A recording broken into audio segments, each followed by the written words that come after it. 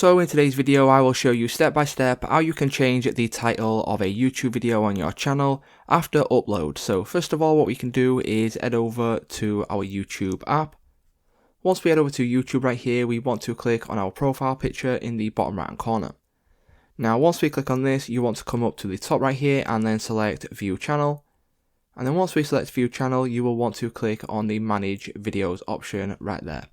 Now once we click on this, you'll be brought to a library of all the videos that you've uploaded. So what we want to do is go to the video that we want to change the title of.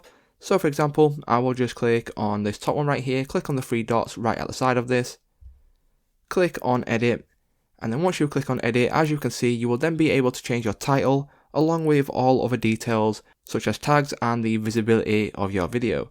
So once you change the title, as you can see, what you will get is you will get an option to click on Save in the top right hand corner, and then once we click on Save, that will then go ahead and save your title change. So it's just that simple, guys. That's how you can change your title of a YouTube video after upload.